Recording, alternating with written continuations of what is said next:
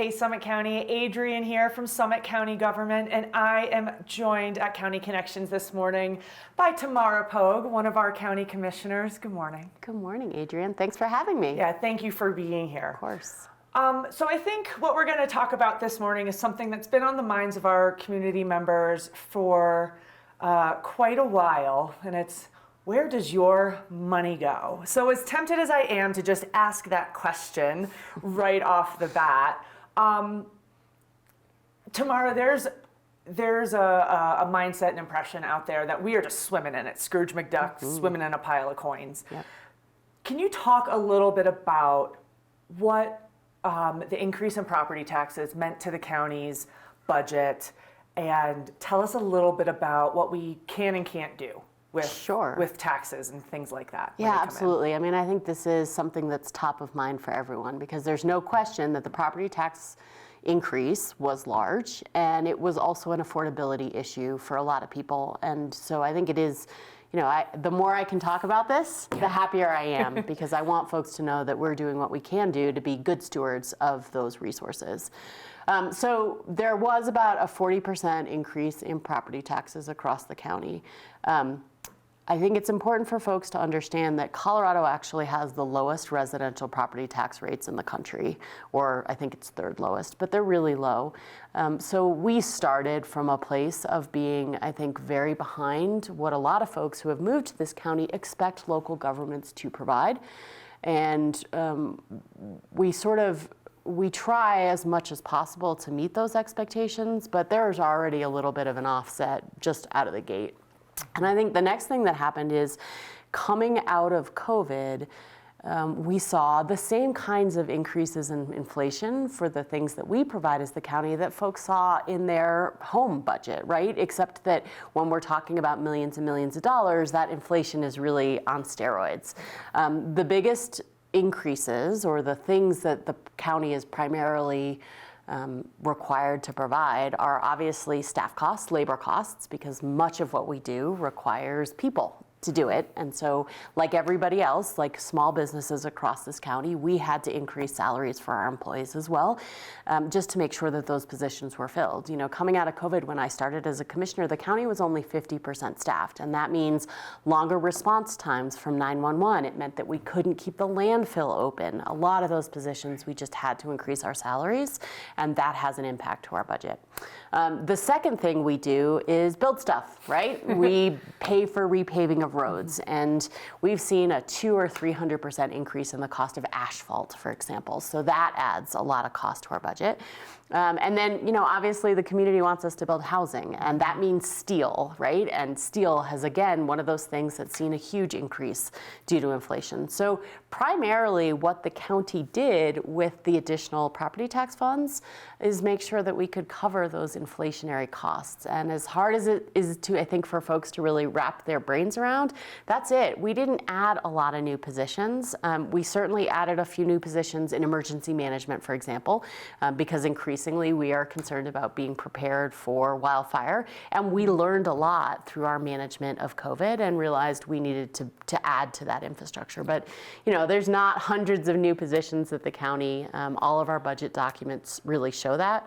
What we have seen is largely the result of inflation. So you mentioned something interesting about housing, and it's, counties are required to do certain things. Interestingly enough, building workforce housing isn't one of them. Can you tell us a little bit about what counties are required to do, and then what else are we funding that the community's brought to us? So there are really only two buckets, I think, of services that the counties provide. The first is we're statutory, so that means we do exactly what the legislature requires us to do, no more or no less, with the exception of what our voters tell us to do, and I'll get to that in a second. But in terms of what the state tells us we have to do, the I would say the biggest pieces of our budget are law enforcement, and that includes the sheriff's office, that includes 911, that includes emergency management that I've already talked about. Right now, that's about 40% of our general fund. The state requires us to maintain local roads. So that is the next biggest piece, and as we all know, that is a piece that has been severely underfunded for many, many years, and we can talk about that later. But the state also requires us to do human services. That's something we have to do that the municipalities don't do, so we provide those services across the entire county for our municipalities. We operate the coroner's office, for example. We have to do all of the planning and zoning for unincorporated Summit County, and so everything else ends up being in a little sliver at the end, and those are all the things that the state, we don't have choices about whether or not we do weed mitigation, for example. The state requires us to do that. We don't have choices about the type of accessibility services that we provide on our website, for example. The state requires us to do that. And so a lot of what counties do is a reaction to what we are mandated to do. And very often we receive mandates from the state that we aren't specifically compensated for. And so all of those things have to come out of the property taxes that folks pay. So that's the first bucket. The second bucket is things that we hear directly from the community they want us to do. So the biggest example of that in our budget is Strong Future. That was a mill levy that was passed for the voters in 2018, and it has to pay for behavioral health, early childhood and education, recycling, wildfire mitigation. Those are the things that the community authorized us to provide. So we can't, I often hear the county has so much land, like why aren't they doing more to develop affordable housing? Well, one of the mills that we have is for the purchase of open space. And so if we purchase land with those dollars, that land can only be used for open space per the will of the voters, right? And I know often I think if you're new to this community or if you haven't been paying maybe close attention to this, it can seem really frustrated because, it looks like there was a lot of growth in our general fund, but that growth was really due to an express mill levy for an express purpose. We can't decide we're going to take those Strong Future dollars, for example, and suddenly use them to improve our roads. Right. Yeah, there's really specific ballot language that we're honoring. That's right. People said they wanted. That's right. And, I think that's really important. If the voters say they want something, it's our job to provide it, and that's what we use those dollars for. I wouldn't be appropriate, right, for me to overrule the will of the voters. Yes. And then there's that other piece. Like, tell me why it's important to do things that aren't statutorily required or aren't necessarily ballot language mandated that we do in this county, like invest into housing. Right. So, obviously Summit County has one of the worst housing crises in the state. And, the county has in the past 5 years added, I think, close to 600 affordable housing units. And that is not even close to enough, right? Regularly, I hear from folks that they are struggling. And if we don't have workforce in Summit County, we don't have a tourism industry, right? Because we don't have folks to provide those services. And that doesn't just impact Summit County, but Summit County is actually the third largest economic impactor to the state's budget as well. So if we can't provide and support our workforce, one, nobody gets to live in this beautiful place, and I think we all want to live in this beautiful place, but two, it'll have a pretty significant financial impact, not just here at home, but also across the state. So we have heard from the voters that they want us to provide housing. They want us to provide access to early childhood education. They want us to provide access to behavioral health services. They want us to purchase and protect and preserve open space. And they want us to make sure that we are living in doing what we can to sustain the natural resources that we have. And all of those things have specific ballot dollars, mill levy dollars behind them, and we do what we can to make the wisest decision on behalf of what we've heard from the voters.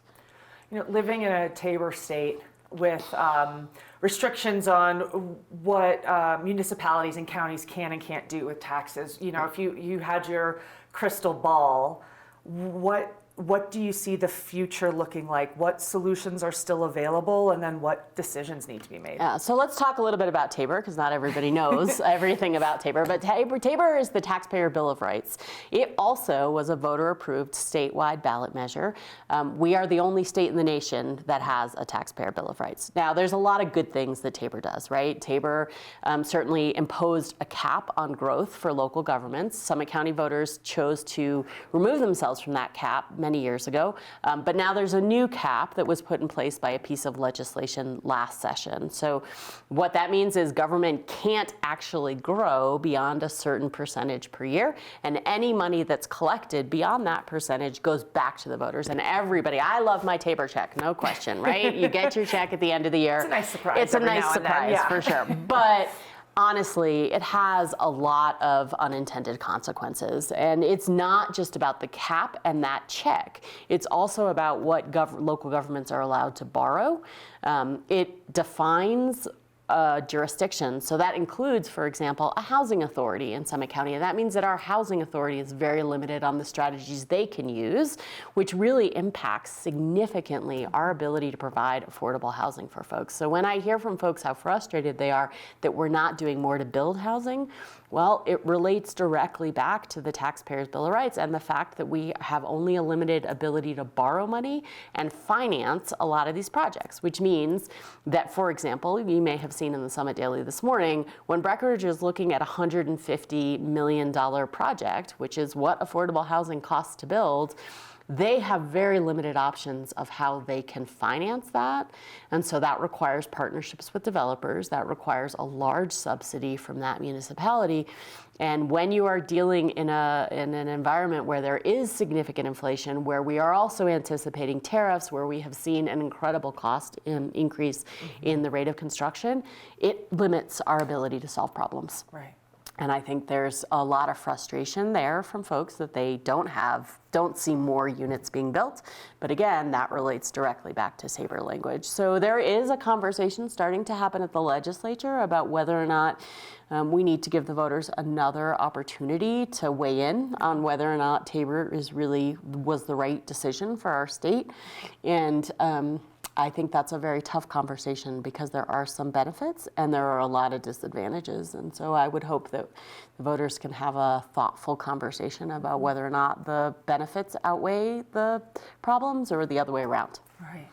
Well, thank you for that kind of future look at the landscape and for explaining to folks. I mean, I know I've learned a lot, especially since working in the county, about how all of our tax dollars are used and really a lot of the critical programs that they support, especially in our public health and health and human services department. Right. Just a lot being done with our kids, our youth, and all members of the community. So I think it's easy to sort of go through your day and not realize the ways that government impacts your life, right? You know, maybe you ride the Summit stage, maybe you don't. That is a service that's paid for through Summit County government's budget, essentially. Are you using the landfill? You may not realize you're using the landfill. Certainly the roads that you drive on, whether or not you're interacting with human services, or maybe you're a restaurant owner that is relying on public health for your inspection. There are lots and lots of services that counties provide that you might not realize.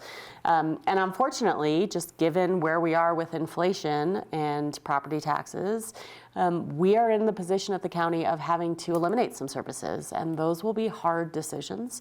But I am really hoping that the community will engage, that they will reach out, share their opinions on what is most valuable and what is perhaps least valuable. And like we did with the recession in 2007 at the county, we will have to cut back, and hopefully over time we'll be able to restore some of those services long term. Awesome. Tamara, thank you so much for being here. Thanks for taking the lead on these tough issues. Summit County, if you want to have your voice heard, all of our commissioners' emails are on our website at summitcountyco.gov. Please reach out. It is the way that Commissioner Pogue and her fellow commissioners help make decisions, is by hearing from you. Thanks so much for being here with us this morning. We'll see you next time.